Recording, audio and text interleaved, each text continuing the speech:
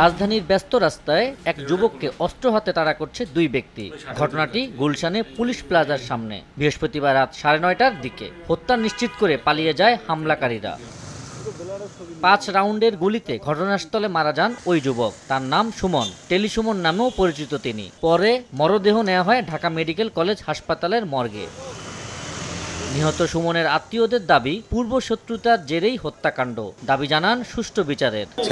সে জামিন পাইয়ে আইসে কইছে তোরে মারিয়ে লাভ, তার লোকেরা মারছে, টাকা দিয়ে মারক, সে মারক, তারা মারক, সিসি ক্যামেরাতে সেখানে দেখা সেই মারছে। ইন্টারনেটের ব্যবসা তো ও করতো, তারপর তারাও করে, তারা করি আরে শত্রু। সেন্টু, বিন্দু, আফজাল, শ্যামল এরা সবাই মিলে আমার বাবারে আজকে মারছে।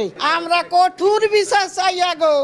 পুলিশ বলছে, নিহত সুমনের নামে চাঁদাবাজি সহ বিভিন্ন অভিযোগে অন্তত 6টি মামলা রয়েছে। তিনি নিজেও একটি সন্ত্রাসী গ্রুপের সদস্য। অন্তঃকোন্দলের কারণেই তাকে হত্যা করা হয়ে থাকতে পারে। আউট অফ নাথিং তাই একটা লোককে এখানে মাইরে দিল। তার কাছে মানি ব্যাগ ছিল, মোবাইল ছিল, অন্য ছিল, কোনো কিছু নেয়নি, জাস্ট কিল করে দিয়ে চলে গেছে। আন্তঃগ্রুপ কোন্দল থেকে এটা হইতে পারে, এরকমই আমরা ধারণা করতেছি। নিহত সুমন মহাখালীর টিভিগেট এলাকার ইন্টারনেট ব্যবসায়ী। জড়িত ছিলেন যুবদলের রাজনীতিতে। তার গ্রামের বাড়ি রংপুরের মিঠাপুকুরে।